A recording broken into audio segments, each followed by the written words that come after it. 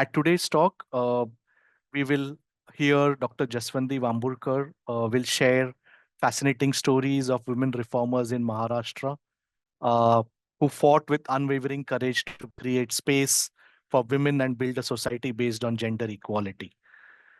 About Dr. Jaswandi, Dr. Jaswandi is a feminist historian who has been in teaching profession for the past 25 years. She is currently serving as a professor in the Department of History at Srimati Nathibai Damodar Thakur's SNDT Women's University in Mumbai. We generally know it as SNDT. She has 5 books and 30 research articles published in reputed journals in English and Marathi to her credit. So, you know, fascinating stories of well-known, lesser-known women reformers. We'll hear it from Dr. Jaswandi. So I will now hand it over to Dr. Jaswandi. And for any questions, audience, we will take it at the end of Dr. Jaswandi's talk. Please use the chat box for any questions, points you have, and we'll moderate it at the end of the talk. So, Dr. Jaswandi, over to you. So first of all, I would like to thank Khaki Tours for arranging this talk and giving me an opportunity to have a dialogue with all of you. At the outset, I would like to thank Ms. Sukhi, Trisha, Mr. Mallar Joshi, and Aaron, and the entire team. I'm also thankful to the all the audience because this is a Saturday evening and everybody remains in a different mood. This is Navratri going on, and still you all are here. Um, as I have been told, I will be talking on women social reformers in Maharashtra. Some of them are well known, and some of them are lesser known. And I'll be making a PPT. So just give me a minute. I'll just share my screen. After coming that explored or that developed after the second wave feminism, what we call, developed in India as well. And I think this with this movement also the process of history writing started in a new fashion. So something what we call today as feminist history also came up, which critically looked at the mainstream history and they pointed it out that how women have been relegated or they have been neglected in the mainstream history and how perhaps most of you, I mean, I'm not aware of the kind of audience which is here. I could see that some are really good experts in history. My own mentor, Professor Dikshit, is here, and many more. My students are also here. But many of us who have left history after the schooling, they all will remember that through the textbooks, it is the male reformers who are introduced to us, and it is shown as if women were the passive agents. They were at the receiving end. But then after 75, or let's say after 1980, a lot of new historians like Uma Chakravarti and Kumkum Roy and Tanika Sarkar, even in Maharashtra, Meera Kosambi and Vidyut Bhagwat, to take a few names, uh, they started relocating the past and visibilizing women into the pages of history. So this is an attempt. Now you might be surprised to see Jane Austen. Why am I showing it? Because this is a presentation or a Dr. talk. Yes, Dr. Jaswandi, I think the slide probably has not moved ahead. So is if it? you can, yeah, it's still at the first one. Yeah, and if you can do a slideshow, I think that's one of the requests from the audience. Okay, so which slide is it? Is it on still on the first slide? No, it's at Jane Austen now. Okay, fine. So okay, let me know like if doesn't happen, Sure, then probably I will send it to you immediately via email. Okay, sure. fine, fine. Thanks. So when we talk about colonial times and particularly when the British rule came in India and also in Maharashtra. they generally postulated that India is a barbarous country, and it is the entire civilization is in a degraded state, and they considered women's position or women's status as a barometer to understand that. And they tried to. I mean, this was all an attempt because all you all know that it was a time when there were many evil practices. Those were prevalent in India. But then, if you look at the other side of the picture, that is what was happening in Europe or what was happening in Britain. So I thought that perhaps this was an attempt, postulating India like this was an attempt to show that to gain a legitimacy, to show that you need this is our civilizing mission. So Jane Austen's example is someone, she was an author, we all know her, but she had to take a paid name. So this was a scenario in Britain, and she had to. I mean, if, this is just in one example. If we'll, there could be many such examples which could be cited in terms of the property rights. Women did not have a property right in Britain in those times. So one can see that perhaps this was an attempt to do that. When we talk about women's reform movement, it is the 19th century when a new era of modernity heralded, wherein people started questioning a lot of things, all those evil practices, and how we could, even the material changes shaped our world around us with the coming up of capitalism and industrialization. So the whatever traditional social structure we had, the patriarchal setup and the entire social structure in terms of caste and untouchability, people started questioning that, and we have a whole new band of reformers. I hope you could see a new slide Yep. that is about, yes, women's reform movement. So when we talk about women's reform movement, we have a galaxy of social reformers. We all have seen how what attempts were made by Raja Rammohn Roy and Ishwarchand Vidyasagar.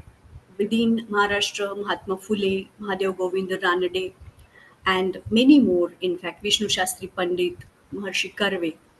So we are not. I'm not trying to say that their contribution is insignificant. It is definitely significant, but we can see that few other women, like few women, started joining this work, and they could really took. They could take this movement quite ahead, and let us see some examples of that. So this was an era when we can see that the reformers about whom I'll be talking, they made some difference. I mean, they tried to bring gender equality in different walks of life, such as family, which we know that it was very patriarchal, and then education, which was not. It was kind of a women were not allowed to have education. Culture. To give just one example, Hirabai Badotekar, the great musician, the singer, uh, when she, in the early 20th century, started singing, it was a practice in those times that the male reformers, those who used to sing classical music, Khayal Gaiki and all, they used to sit and sing. Whereas when women uh, they started doing a public performances, they were supposed to stand. I mean, stand and then sing. So this was something which was Hirabai refused, and she said, even we would like to, because I think sitting posture gives the artist a better position to recite, because she one has to really go into the intricacies of the different ragas. So these are small things, but women had to really fight for this. Then economy, of course, like we had a typical sexual division of labor, and then literature, like women were not supposed to read and write, and we know the stories of Ramabai Ranade, the social reformer, and we will take some examples. Kashibai Kanitkar, they have written their autobiographies, and they tell us what kind of problems they faced while they were trying to educate themselves. So I will take these examples definitely. So could you just take the next slide, please? Okay, so I have planned to talk about these reformers if time permits. Otherwise, a few, I'll try to give justice to all of them. Now, we all know generally about Savitribai Phule, who is a very well known social reformer. Next slide, please. Yeah, so when if we look at the history writing about Savitri Bai, she has been perceived, or she has been portrayed as if she was just a blind follower of Mahatma Phule. But if her life story is seen once again and we try to relocate it, we can see that she was not just a blind follower, rather she was a strong supporter of Mahatma Phule, and along with him, and in fact, without her support, Jyotiba Phule might not have been able to do the kind of activities or rebellious kind of acts that he initiated. So we all know that they are the one who started education uh, for girls, and not just girls. We whenever we talk about Indian society, we cannot keep aside the aspect of caste. So, if we'll see the Western education that was introduced by the Britishers in those times, they were not, devoting or a lot of funds for the education of all. And this was a kind of a critic that was developed by the Indian social reformers also. If we all know what Macaulay said, that they just want to create a class of people who will remain as a middleman between the masses and the rulers. So they were trying to, in fact, introduce English education, not for the masses, because that would have required a lot of funds. So we have to understand that this narrative, that it is the Britishers who brought all modernity here, or they brought all the good things here, railways and education. This is a myth. In fact, it is all the social reformers who continuously kept demanding for education and these kind of reforms, and the indigenous efforts we have to see. Now, when we look at the efforts or the this kind of attempts of launching or pioneering work in terms of education for the downtrodden people, because all those schools which were started by the government were not enough, and those were mainly dominated by the so-called upper caste people. So starting schools for Stri Shudrati Shudra, this is the terminology that Mahatma Phule uses in his books or his writings.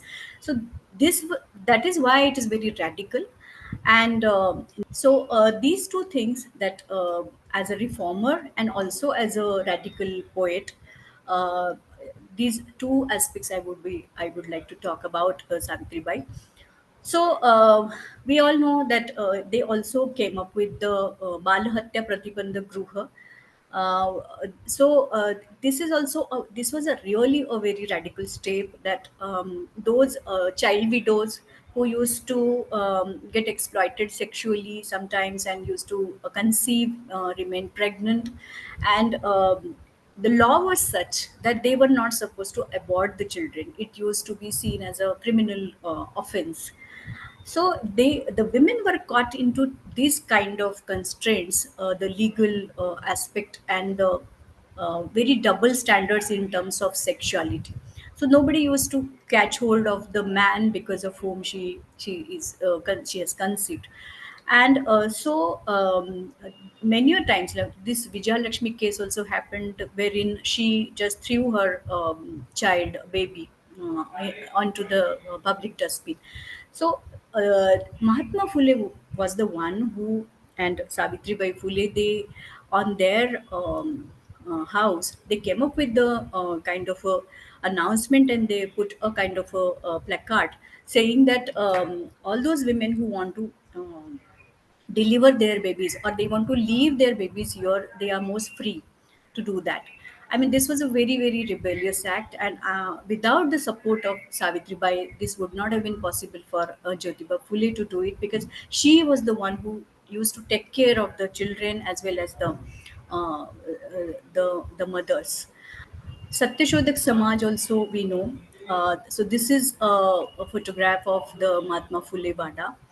Yeah, now these are the photographs which, if we'll now, a lot of biographies of Savitribai Phule are available, and the Maharashtra Rajya Sahitya Sanskriti Mandal has come up with the biographies and even the collected works of Savitribai Phule, and the biographies written by Mali and Mr. Mali and Dr. Hari Narke, those are also available. So I have taken these photographs. You can see that these photographs are not of a very good quality.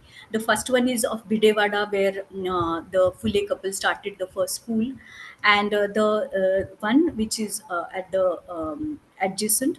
That is of Vishrambag Bada, where Phule couple was felicitated for the work on female education. On my right hand side, there is a photograph of children.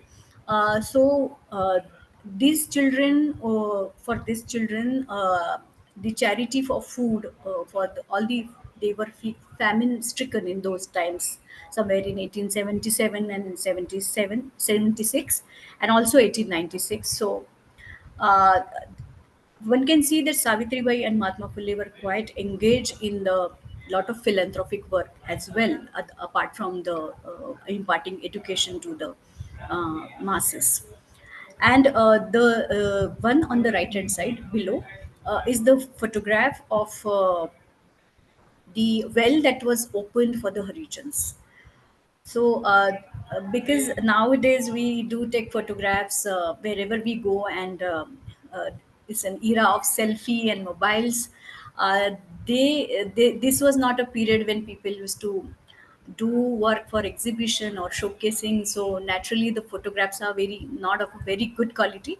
Yeah, this is also, you might have come across this few months ago. This controversy came up that Savitri Bai had an associate, Fatima Sheikh, who used to teach to the children, and the controversy or debate was on this, that yeah, this is the Google dedicated a doodle in her name somewhere in 1922 on her 191st birthday. So this debate came up about her existence, like whether there is someone called as Fatima Sheikh really existed, or do we have any evidences for that. So a very clear-cut evidence is there, wherein Savitri Bai Phule had written a letter to Mahatma Phule, and she was somewhere outside Pune, and she was not well. So she is mentioning in that letter that now I have recovered, and I will be soon coming to Pune after I'll fully be fine. Till then, Fatima will have to take more care of the things over in Pune. And I hope Fatima will understand and she will not grumble. So this is one evidence. Secondly, a lot of biographies which have been written in the early 20th century of Mahatma Phule and also of Savitri Bai Phule do mention about Fatima Sheikh.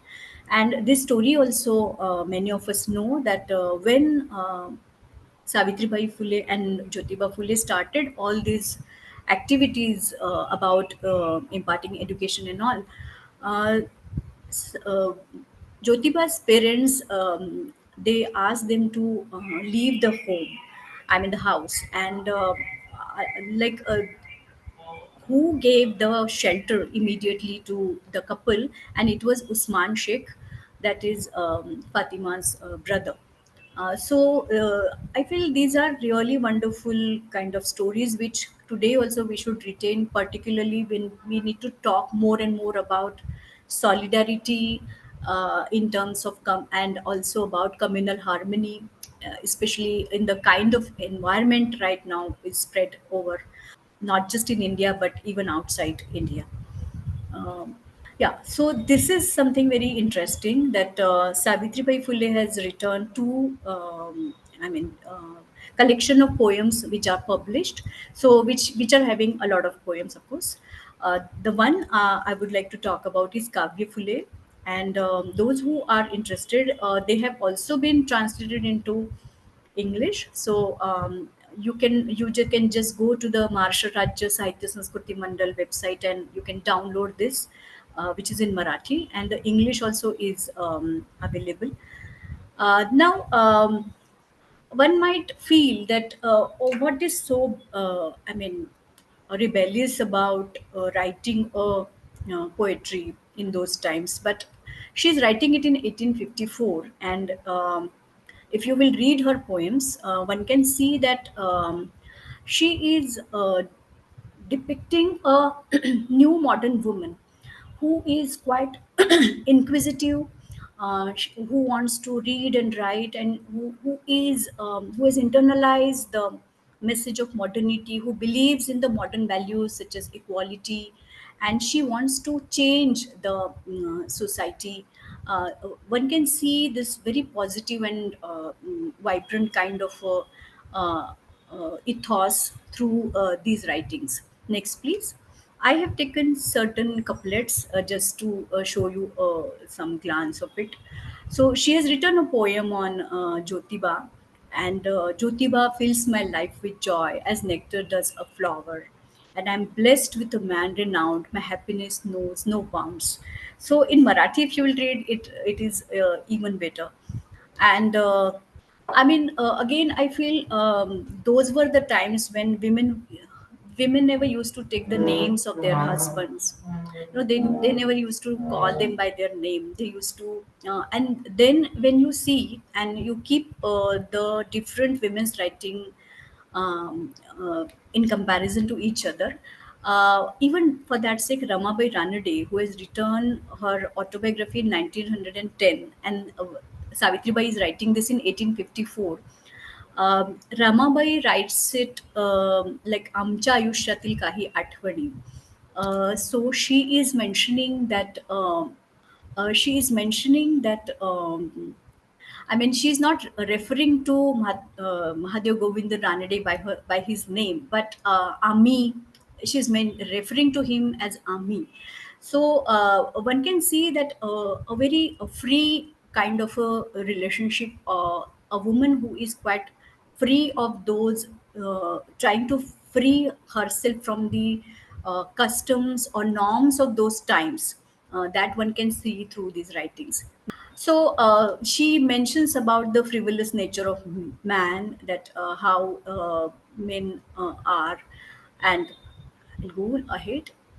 So, in order to make the girls the girls coming from such a social background or families which do not have uh, a background of legacy of or tradition of education. So, she tries to say that the enlightened mothers, they should try to imbibe into their daughters that how the girls should come up and why they should be educated just to live with your head held high. So these are the things which are really important again, because if you will look at this, one will not find it very radical in today's context, but in history one has to look at the past in its own social context and historical context, rather than looking it from today's perspective or today's lenses.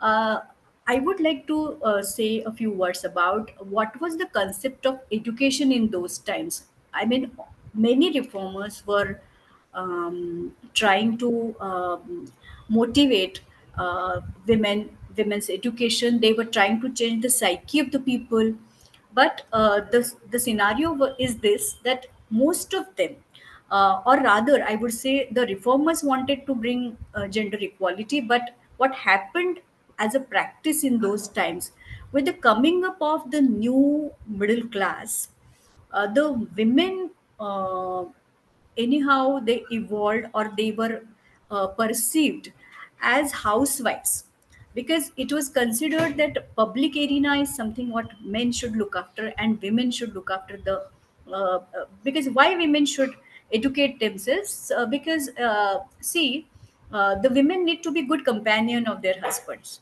and they need to be good mothers. For example, if they're cooking in the kitchen, the things should be done properly in a very scientific way.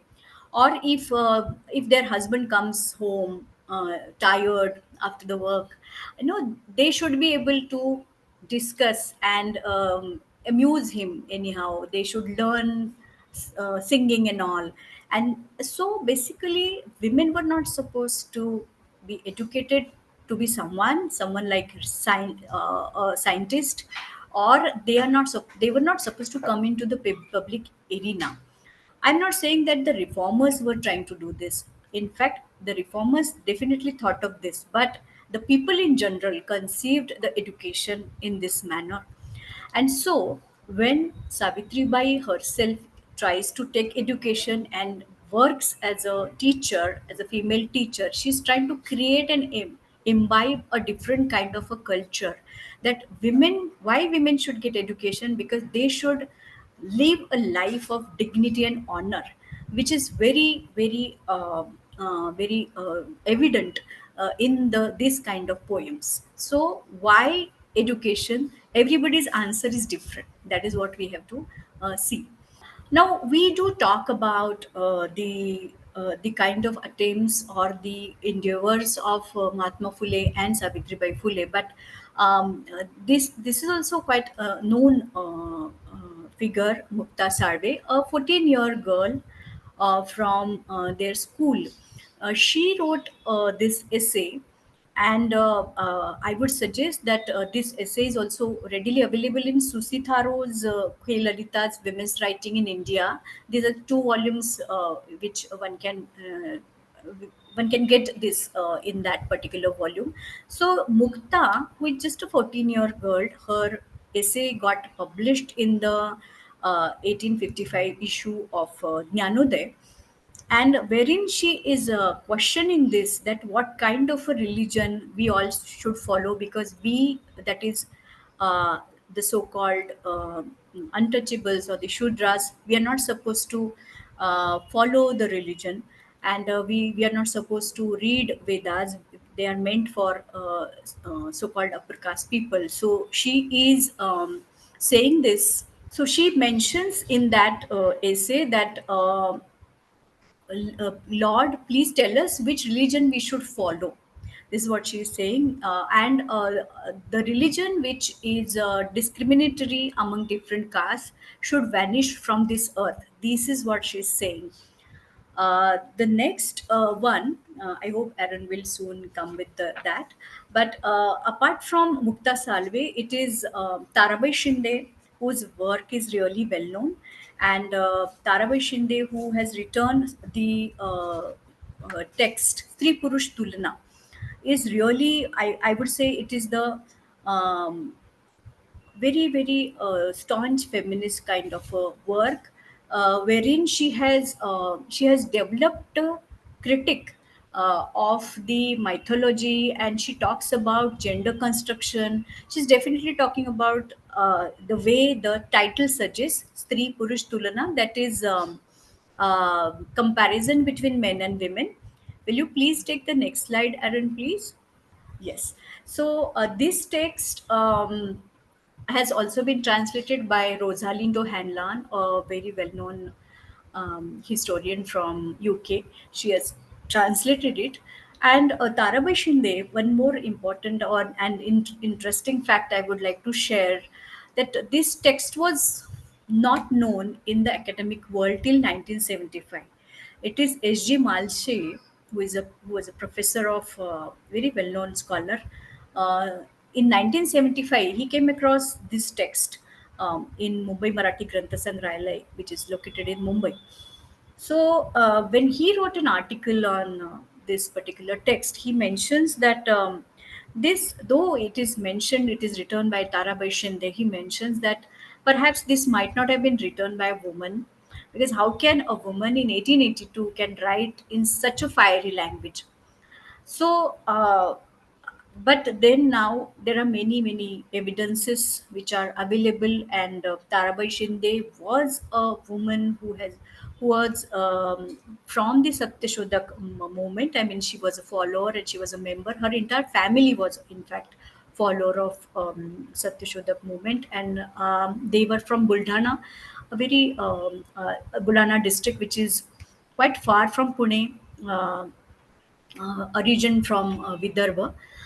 So one can also see that in what way the Mahatma Phule's movement has spread out to the different parts of Maharashtra, Maharashtra was not actually in those time. It was called as Bombay Presidency, and Buldana was not part of Bombay Presidency.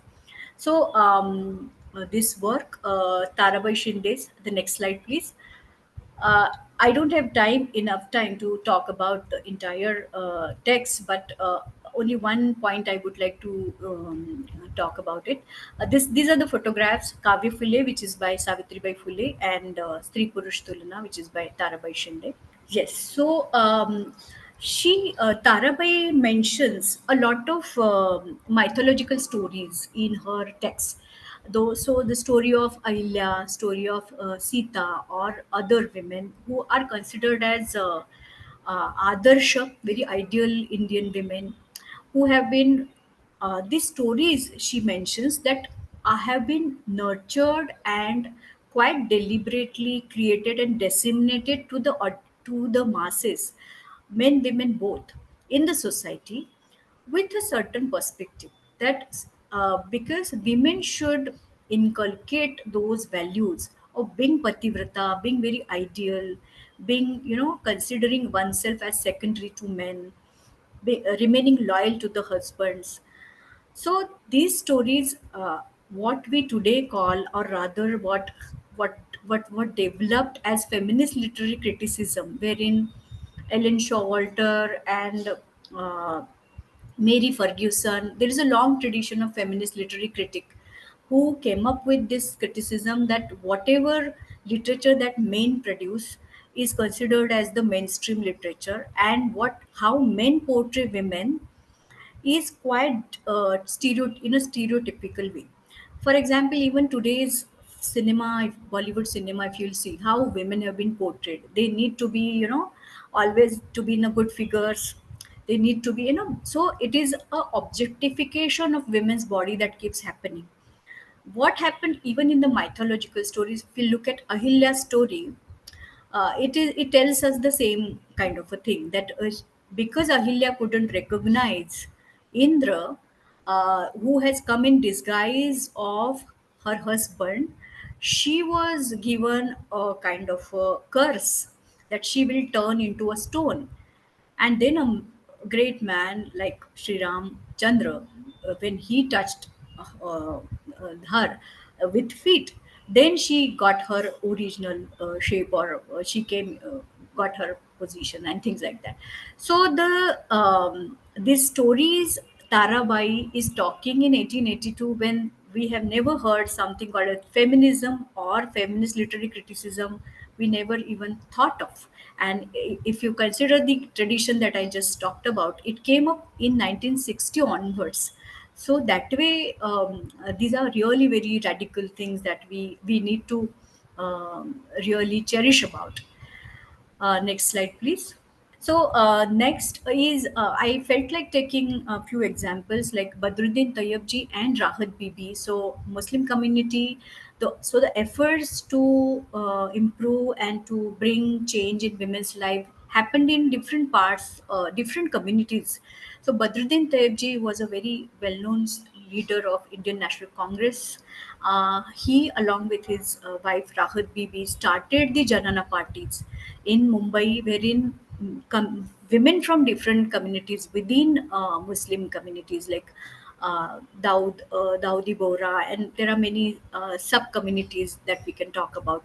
So this was an attempt to give a platform to these women so that they can come together, they can discuss, and the one more important fact is Badruddin Taibji also supported the age of consent bill. Now we all know that age of consent bill was a very it created a lot of controversy, and the entire Maharashtra was discussing. If you'll see the newspapers in those times, all these stalwart leaders like Lokmanya Tilak, Gopal Ganesh Agarkar, and Malbari, all of them were discussing. And one can see that this stirred even in the different communities as well. So leaders from different communities tried to change the psyche. He tried to bring the maulahs and discuss and change their opinion pertaining to the age of consent. He tried to convince them that how child marriages are really ruining our children, the girls, and they should get education, so that first education, and so the marriages should take place a little late. And age of consent, as you all know, that the men and women, they should come together physically only after they reach puberty, like particularly if they are physically fit and healthy to consume those relationships. Pandita Ramabai is again a very rebellious woman of those times. I would like to talk only few points about her. That she wrote this book, High Caste Hindu Woman, and she's the one who wanted to actually be a doctor, and for that she wrote another book, Stri Dharma Niti, somewhere in 1882. And this was a very prescriptive kind of a text, like how a woman should be in a in the new setup. So she earned some money and she went to England. Then perhaps she changed her mind, she couldn't become a doctor, but she was invited in Philadelphia for the convocation of the um, of Anandibai Joshi, who was getting the degree of doctorate. And she went there, and thereafter, after going to America, she stayed there for a few years. And she took, she visited many places, and she tried to convince people, and she narrated what kind of a miserable conditions women are in India. And she pleaded to give some generous funds, and this is how she created a very large fund, out of which she, after she came back, she started this Sharda Sadan in 1889 in Mumbai. And it's very much located somewhere in Grand Road. And this Arya Mahila Samaj, which was a kind of women's organization of Prarthana Samaj. So the Prarthana Samaj, the leaders of Prarthana Samaj, in fact, requested Pandita Ramabai to take up, and because she was the one who was known as a very erudite scholar, having a grasp on languages such as Sanskrit and she used to ask all the male members, like who want to attend the meetings, that you must accompany a woman from your family, then only you are allowed to be part of these public meetings. So one cannot just keep talking about it, one has to start, what we call charity begins at home. So this is how she practiced it. Now, the Hunter Commission, the testimony is very famous, that she is the one who pleaded that women should become teachers, women should become doctors, because the women around, they feel quite comfortable if the teachers are women and if the doctors are women. They feel otherwise shy to open up about their health issues, especially the gynec issues. And this was taken so seriously that British rulers came up with the Dufferin Fund, and then a lot of doctors started coming in India. Secondly, those women who want to be doctors, they also, we can see a band of female doctors then taking education. Yeah, this is a very interesting name, Kashibai Kanitkar, and Meera Kosambi has written a wonderful book on her.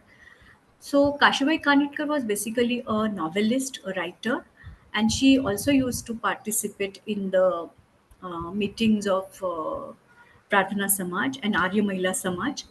She's the one who was the wife of Mr. Kanitkar, who has translated John Stuart Mill's book Subjection of Women.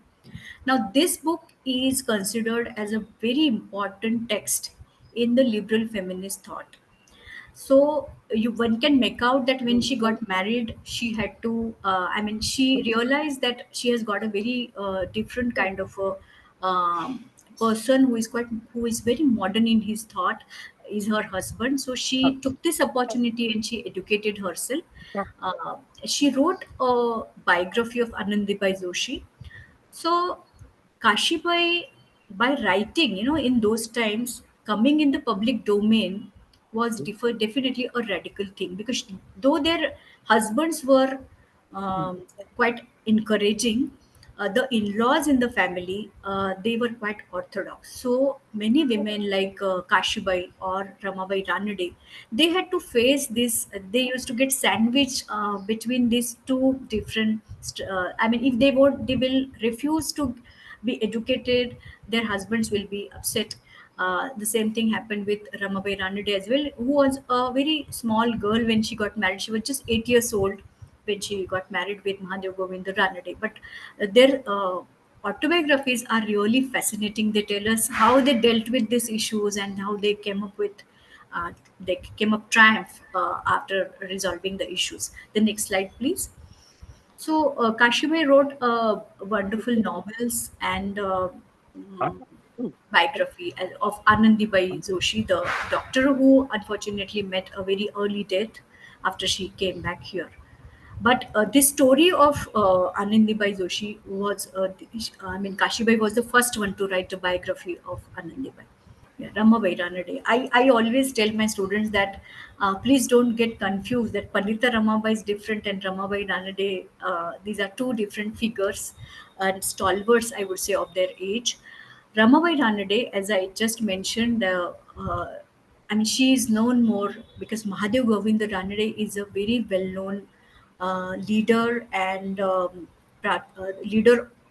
political leader of Indian National Congress, uh, Pune Sarvajanik Sabha. He was main founder of that and one of the founders, I would say. Of course, founders was G.V. Joshi, but he was the backbone of Pune Sarvajanik Sabha. And then we all know he's called as the Renaissance man. So Mahadev Govind, after the demise, sad demise of Mahadev Govind Ranade, we can see that particularly 1902 to 1924, Ramabai Ranade did a wonderful job for women's empowerment. So this Hindu Ladies Social and Literary Club, she started even before that. And she, because of her leadership, she was selected as the president of the first All India Women's Conference, and she started Seva Sadan in Pune. And Seva Sadan gave shelter to the destitute women. And basically, the attempt was, we can see that Pandita Ramabai Sharda Sadan or Maharshi Karve's Hingde Stri Shikshan Samstha or Seva Sadan, all these were attempts basically to give women education, and especially those child widows, because they should remain on their own. They shouldn't be they should live a life of dignity. They should be economically self-reliant. That was the main motto. So Maharshi Karve is a very well-known figure. We all know that he started this Hingde Stri Shikshan Samstha, and later in 1916 he came up with a women's university. That too, he came across a pamphlet of Japanese women's university in 1915, and within 9 months he established the first women's university. That too without any um, funds from the government or fully through philanthropy. So Anandibai Karve or Baya Karve was the one who remained steadfast, and she supported all his activities. And about initially he also started he propagated widow remarriage, and he also came up with a mandali of the vidva mandali, what we call, wherein people should get, some moral support, that if you want to, uh, because the entire society was quite conservative, so an attempt for that. But Karve was so pragmatic, and because rather I would refrain myself talking much about Karve, because I would like to focus on Baya Karve, how she supported, and it was so difficult in those times. I mean, if those of you who are from Pune, we know that there is a road which is known as Karvin Road and a Karvin Nagar, because that was a place which was far away from the main city in those times. And Maharshi Karve was a professor at the Ferguson College.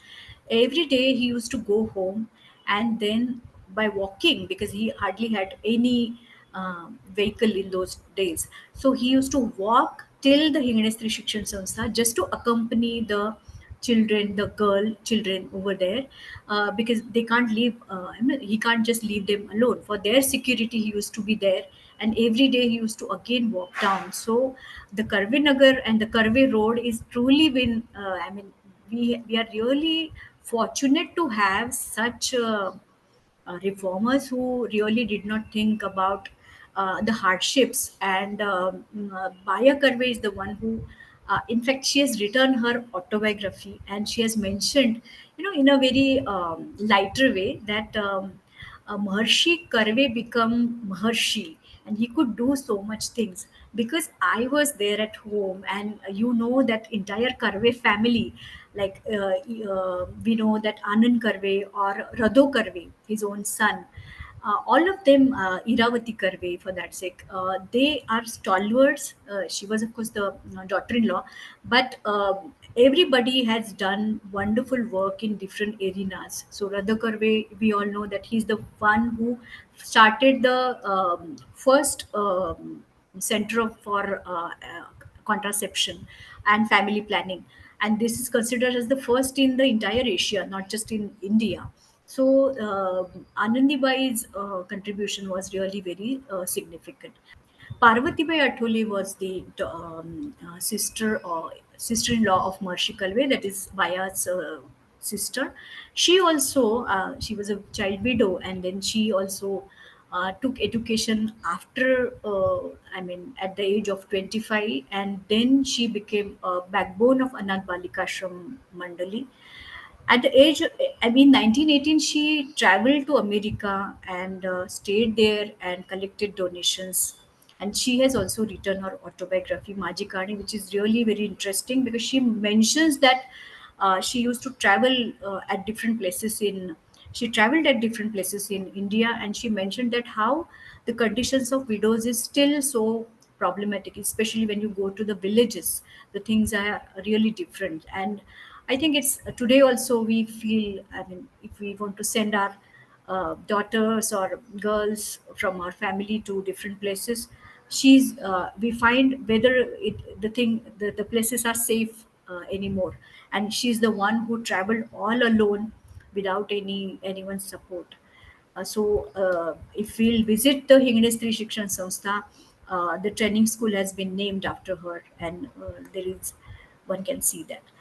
Okay, next, please. Please let me know how much time I have, otherwise I'll just rush. Uh, Two, we are 6 minutes past 7. Maybe we oh, can have 10-15 minutes more. 10 minutes more. Yeah. Okay, thank you so much.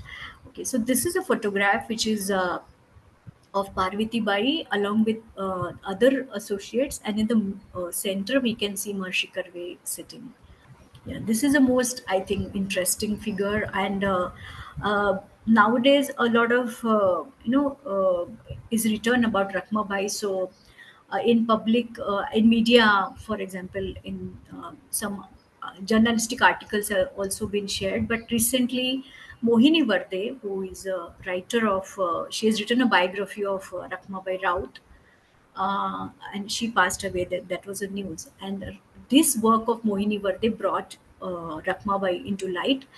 And so Rakhmabai, we all know that the first woman doctor was Dr. Anandibai Joshi, especially in the Western India.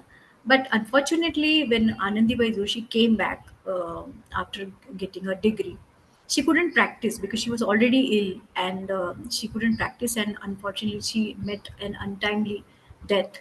So Rakhmabai is the one who was the first practicing doctor, and her story is so interesting that she got married as per those times, the kind of norms those were prevalent in those times. Next, please. So, next slide, please. She was married to someone called as Bikaji, and Bikaji was an illiterate person. So Rakhmabai got education, and she realized that I she realized that I we don't get along well. I mean, Bikaji and me, we don't make a good pair. And she refused to go to Bikaji's place, because that was a norm in those times, that the girls, even after getting married, they used to stay at their parents' place, and after getting puberty, they used to go to their husband's house. So she refused, and her father was absolutely fine with that. But then Bikaji was interested in her property, because Rakhmabai was a rich. She came from a rich family, and then this again created a stir, as if the entire social reformers and politicians, they were divided into two blocks. The half of them, like Mahadev Govind Ranade and all, were supporting Rakhmabai, and half of them, like Lokmanya Tilak and all, a little conservative in terms of gender politics. They were opposing. I mean, the whole argument was, this is something very much within the Hindu society. The issues are within the Hindu fold.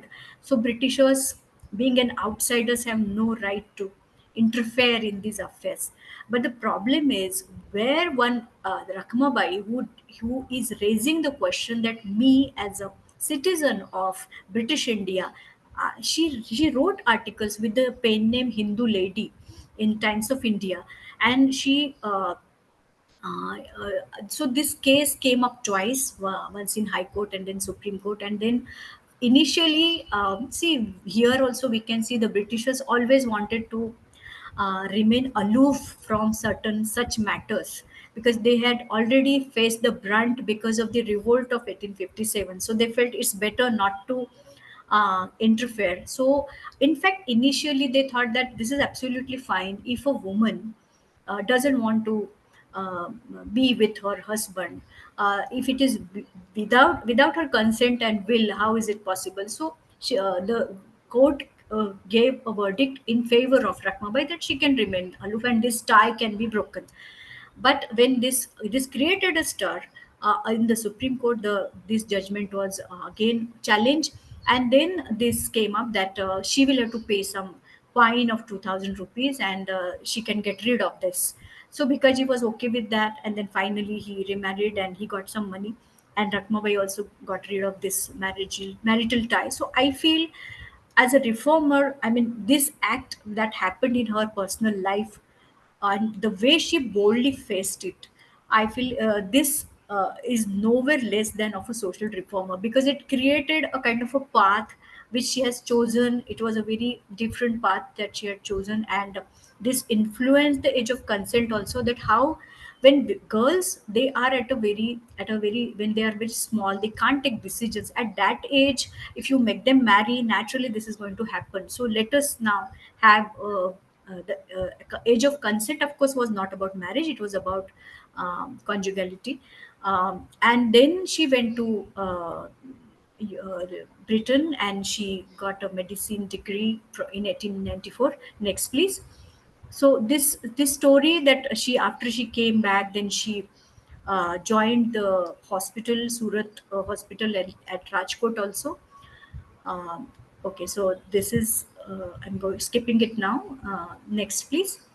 Dr. Anandibai Joshi's story also is really fascinating. I mean, we all know that her husband Gopal Rao was very, and now because of the lot of biopics are coming up, movies coming up. So these stories have reached to the masses. So if we'll read the letters of return by Anandibai, which have also been translated into English, and Mira Kosambi has recently written a very good book on Anandibai. So they tell us a very different story in the sense that though her, I mean, all of these stories about Kashibai or Ramabai Ranade or Anandibai or Parvati Bai Baya Karve, their own husbands or some male members in the family are behind them and they are supportive, so they could do this. But still, then, if you will read the story of Anandibai, she wanted to become a doctor, and she was really, I mean, they had to go from one place to another, because in India it was, they were finding it so difficult. I mean, even if when they came to Mumbai, somewhere in the area of Girgaon, she was there for few months. Then they went to Gujarat. Then they tried in Bengal, because Kadambini Ganguly was also who became a doctor from Bengal presidency in those times, and she's considered as the first doctor in that presidency. But the thing is, this entire, I mean, if you read her letters, they have been written, and thereafter, of course, she went to America, and there she got her education. For that, they all had to really fight. And it's not just that because Gopal Rao wanted to do it, she herself was very willing and very passionate about it, and she was so sharp in her, I mean, she was a very brilliant lady. If you look at her letters and uh, the way she has inculcated the English language also in a very nice manner. She has style, she has written the letters.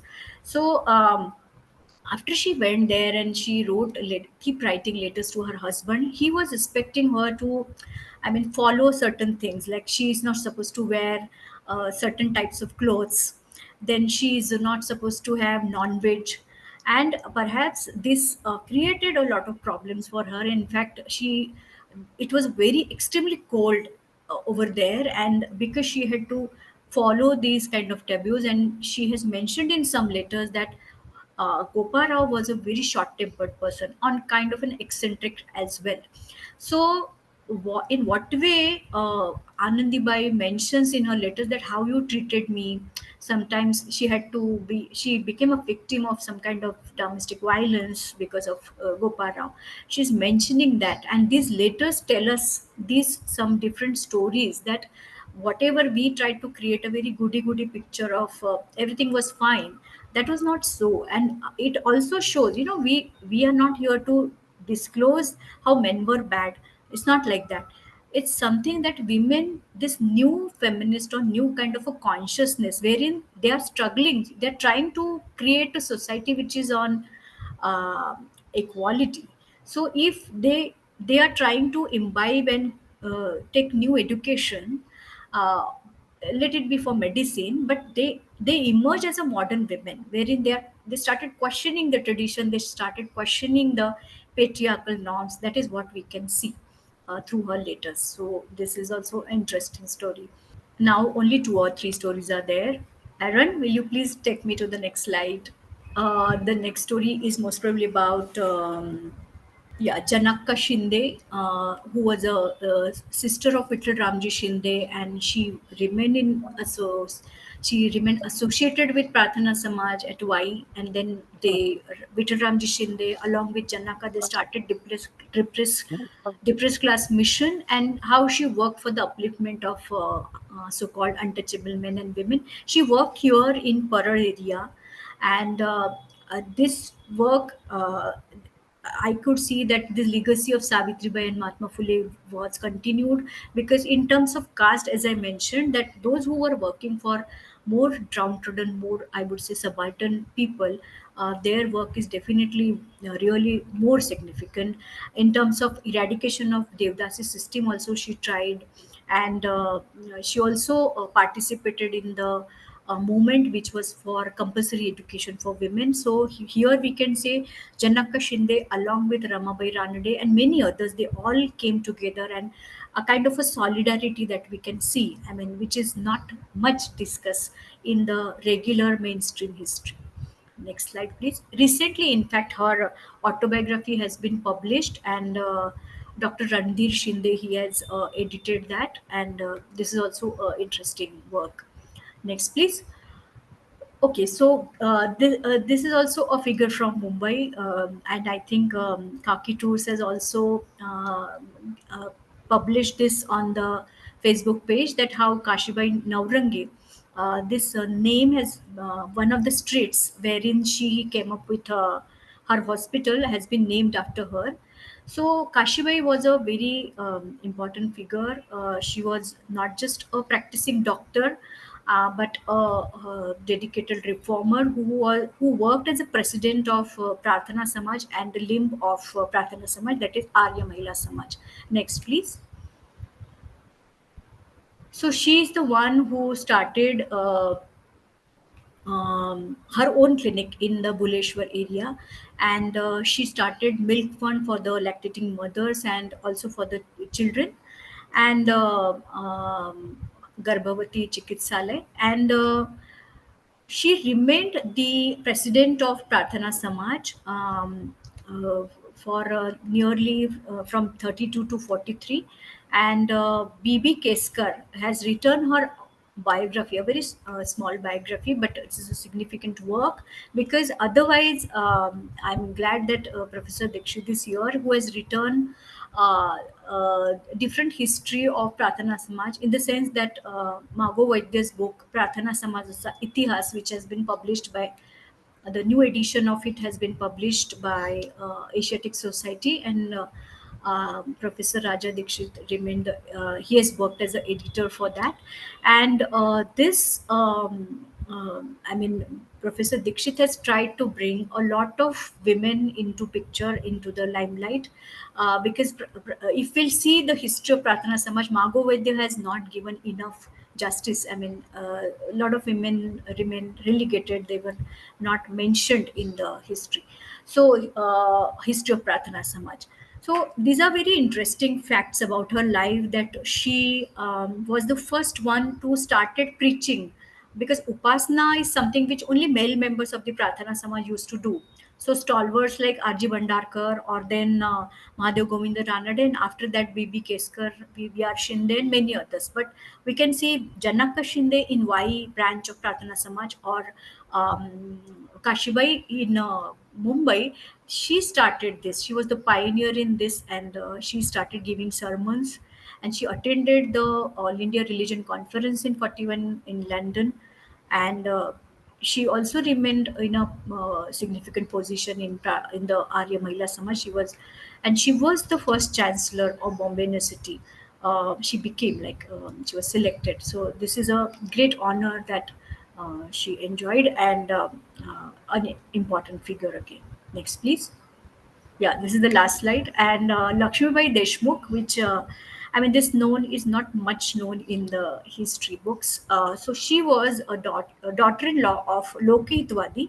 Lokitwadi is popularly he was known as that Gopal Hari Deshmukh, who is known for his Chatapatre, and he has written a lot on reform, economic reform, social reform, women's reform, religious reform, and many other aspects. So Lakshmibai Deshmukh was in Solapur because her husband was there, posted over there, and she started the Saraswati Mandir. Now this school is still there. I mean, it is still operating, and it is considered as very important educational institution. So along with Kashibai Kanitkar and Lakshmibai Kirloskar, sorry, this is spelling mistake over here, it's Kirloskar. Lakshmibai Kirloskar was a wife of V.V. Kirloskar, that is S.V. Kirloskar's mother, who started the magazines Three, etc., etc. Sri Manohar, and then what else? Kirloskar basically, and then Sri and Manohar. So Kistri, we know that Diwali issue. So this Lakshmi Bai Deshmukh, she did this pioneering work. There could be many more such women. For example, Tanubai Birje, who uh, worked as the editor of the Dinabandhu, the newspaper which was started by Mahatma Phule's disciples and associates. he started it, and then it was continued by Krishna Rao Bhalekar, and then few other followers, Tanubai Birje's husband, and then after his demise, Tanubai herself did it. So there could be many more such stories, but somewhere I will have to stop. Thank you for the patient listening. um, yes. Okay. Thank you, Dr. Jaswandi.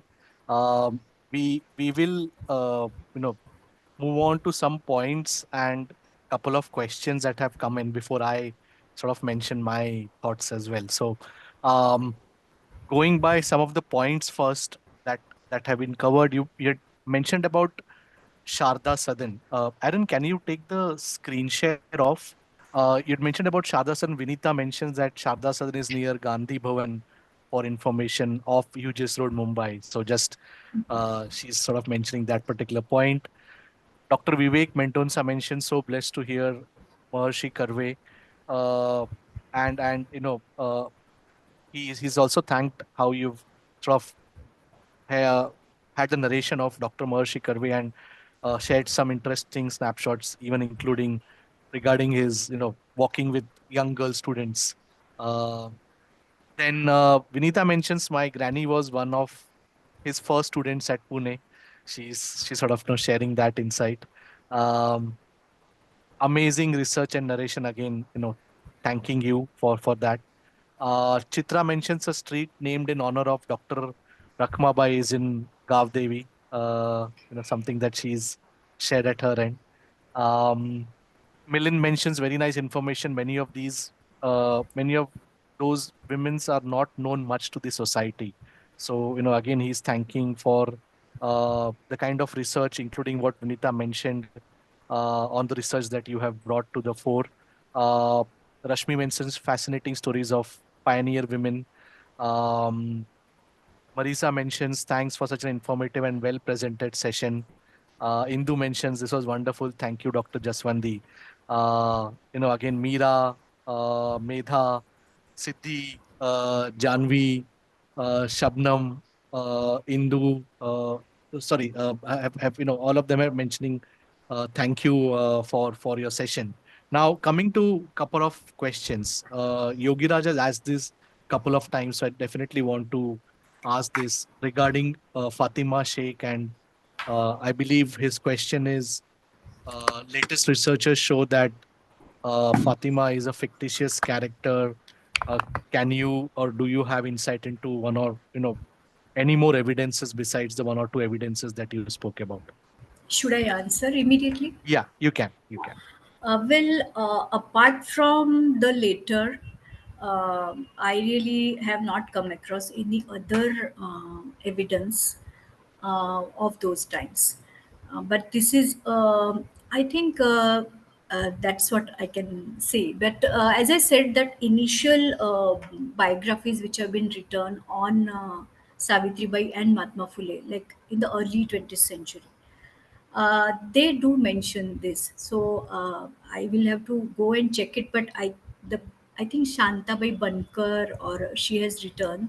So one needs to see it. Even I have not seen it, but probably this could be a method by way of which it could be figured out. Okay. I hope Yogiraj that answers your question. Indu has a question. Will it be possible to tell us where we can find out more about Malati Karve? Malati Karve. Okay. Mm, okay, Hingde Stri Shikshan Samstha is there in Pune, and they have published certain biographies of, um, for example, Parvati Bai Athole, then Baya Karve, and Bhaskar Karve. So, some information you can contact Priyadarshini Karve or other family members of Karve family. Probably they will be able to give you. But Malti Karve, are you mentioning to Radho Karve's wife? Indu, can you? Yeah. So, okay, one more source is Ananta Deshmukh, Dr. Ananta Deshmukh. He has written few articles. He was a professor of Marathi in SNDT Women's University, but now he's retired.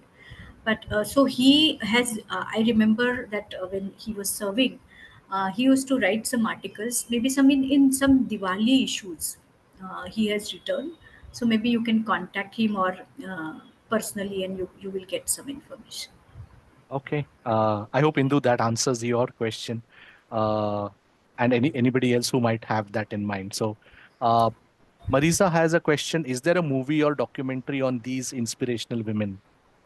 Yes, so many. In fact, on R.D. Karve, there is a I forgot the name of the movie, but R.D. Karve and Malti Karve, it is there. Then on Anandi Bai Joshi, Anandi Gopal is a very well-known movie that is there. Uh, Apart from that, yes, Amol Palekar's film. Yes, but I don't remember the name of the book. Dhyasaparva, yeah, Dhyasaparva is the name of the movie that is there. But there are few more, in fact, could come more biopics. Something I keep feeling on Ramabai, Pandita Ramabai's life. Nobody has made any movie, so I think on Savitri Bai Phule's life also something has come up, but I have not seen it. Okay. Uh, Again, as I'm going through the chat, lot of uh, thank yous, and points coming in which appreciate you bringing these stories to this particular session. They're thanking you on the session. I am not going name by name. I'm sort of I apologize for that. um Sandhya has a question. Are any of the biographies available in English?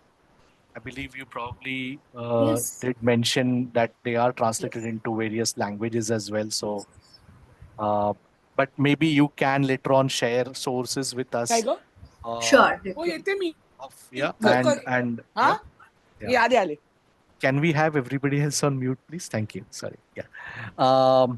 Then there is a question. I am Sautan Rudra from Urdwan.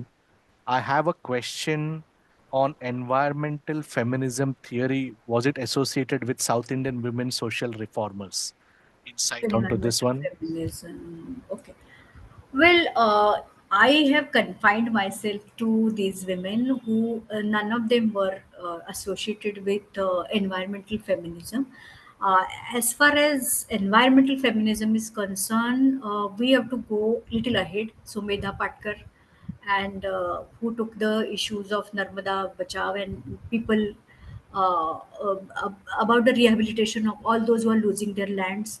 And then I'm forgetting some names, but there are certain women who are from silent movement from Kerala and that region. So they are there, but definitely not any one of them. Okay, great. One of the interesting questions from Safina is most of women emerged from upper caste or well to do families. What do you think is the intersection of caste and class in shaping the social reform movement of Maharashtra? Okay, so two things I would say.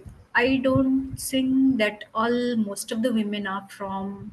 I mean, yes, I agree that most of them are there, but not all of them. I would say, because if we'll see Savitri Bai Phule, the pioneering woman, she's coming from a so-called, downtrodden community. Then the legacy continues with Tarabai Shinde. And another thing is, why is it so? Like, why there are less women? Because those who were already enjoyed education, so-called upper caste, naturally they grabbed the opportunity because they had a legacy of education system. So they immediately, I mean, you can see the rise of middle class if you look at it. Professor Dikshit is here, who has written a book that was his doctoral thesis on rise of middle class in Maharashtra. So, keeping aside few exceptions, the basically those who grabbed the opportunity and they got um, the benefit of being educated, and they could acquire the good positions. Like for example, Mahadev Govinda Ranade was a judge, and Gopal Hari Deshmukh. All of them enjoyed these positions. So even though the Britishers were the rulers, just around that, if you will see this administrative structure which evolved, uh, all those opportunities were grabbed by the so-called upper caste. And because, but there, one should not look at it in a negative way. It was a natural phenomena to some extent, but secondly, many of them tried to decast themselves, and they tried. For example, Mahadev Govinda Ranade, he realizes, he's not just typical middle class. He's trying to, why is he working for the peasants through the Pune Sarvajanik Sabha? Why is he working for female education? Prarthana Samaj, which is considered that it was not as radical as Satyashodak Samaj, but the new research, Professor Dikshit, I'll mention again that he has written a new history of Pratara Samaj by coming up with the new work of Margot Vaidya's new edition of his book. He has brought a lot of aspects wherein untouchable boys, girls, they were educated. If you'll, for example, Vile Parle, there's a Sirur Balakashram. So orphanage was open the way Mahatma Phule opened it. We can see that a lot of women and men from the so-called upper caste families, they realize that we also need to do something for the change. Of course, there are limitations. That is why perhaps uh, we are still fighting with this kind of issues of gender equality and caste equality. I mean, it has not gone fully. We have to still eradicate caste from our minds. But that is a different scenario altogether, I would say. But yes, that happened as a natural phenomena. So this new caste class kind of a new reality came up, so intersections, one is to also understand the way Gail Omwet also through her book Cultural Revolt in Colonial Society. She has made mention of that, and that is what Mahatma Phule kept talking about. That primary education should be made available free of charge to all. Then only, or otherwise, what will happen? Only the way Vishnu Shastri Chepulkar said, कि इंग्रजी हे वाघिणीचं दूध आहे. Who were grabbing it? The so-called upper caste. Now instead of Sanskrit, they are taking English. So of course it happened that way, and that's why we say that ours is a fractured modernity. We have still to go miles away. I mean, we have a long way to go in terms of to bring this equality in real terms. Now also we can see the way Ram Manohar Lohia says, in India has been divided into cities and villages. What is happening in right now in Marathwada in terms of the kind of issues, though these are not related, but in terms of getting primary infrastructure, in terms of roads, schools, hospitals, those are not available for the villagers. And what the peasantry is facing right now, that is also a pertinent issue. So yes, that intersectionality works, and we have to understand then that we can't keep caste issues separately. We can't think of gender issues separately. We have to understand the intersectionality between them, perhaps to bring change. This kind of a critical thinking will help us. Great, great. I think we've already, 6 minutes past 7:30. So in the interest of time, I'll probably sort of, move towards the closure now. I definitely want to take this opportunity, first thanks to Suki, who keeps, having great speakers, talking to them, and having this platform and an opportunity uh, uh, for us to be having these conversations, talks every Saturday. So, Dr. Jaswandi, thank you so much. I think this has been a fascinating sort of narration of not just uh, women, but there are so many underlying issues in layers, right from education, health, self-resiliency, culture, about uh, you know asmita, as they say, and astitva of women who have inspired others to basically take up this battle, and as you rightly said, probably this is something that will go on till centuries for us to be reaching where we think it should be aptly as, we call it how it should be an equal, gender equal society. But again, thank you for sharing this. Thank you to the audience for patiently listening. And I know it's not a topic which probably can be done justice in hour and a half. But maybe if we have opportunities in future, we can touch upon these aspects more, Dr. Jaswandi. So thank you once again for taking time out. Thank you to the audience for taking time out on a Saturday. Sorry, you were saying something, Dr. Jaswandi? No, I just wanted to thank you Okay, and everyone. wonderful. Yeah. Yeah, wonderful. And we will meet again next Saturday for another topic and another talk. Yep. Have a nice evening and have a great. Probably we meet after Dashera. So happy Dashera as well to everyone.